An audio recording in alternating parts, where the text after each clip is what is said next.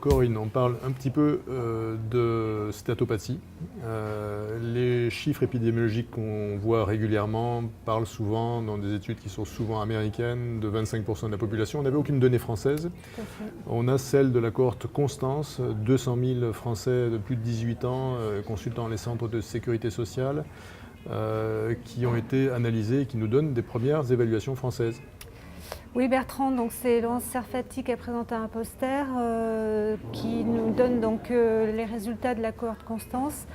Donc l'évaluation était faite à partir de deux scores, hein, le Fatty Liver Index pour évaluer le risque de NAFLD et le Form Index pour le risque de fibrose avancée.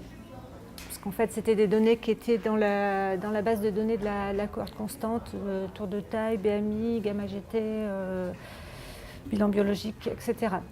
Donc les résultats de cette étude retrouvent qu'il y a 17% de sujets qui sont atteints de NAFLD, donc 1 sur 6. Un Français sur 6. Un Français sur 6. Les facteurs de risque attendus, bon, il y avait l'obésité, le diabète, l'hypertriglycéridémie. Par contre, donc, on retrouve une fréquence plus importante chez les hommes, donc 25% versus 10% chez les femmes.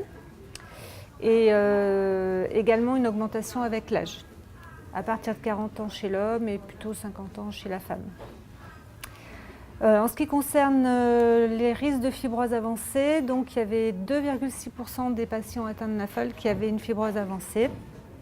Et là, les facteurs de risque retrouvés, il y a le sexe masculin encore, avec un autre ratio fort à 7, le diabète, bien sûr, et l'âge.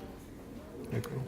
Donc finalement, sur ces facteurs de risque, pensez à dépister une NAFLD pour ne pas rater des hépatopathies évoluées. Voilà. Un homme, l'âge et diabétique, 50 ans, situation assez courante. Oui, c'est ça. Merci Corinne.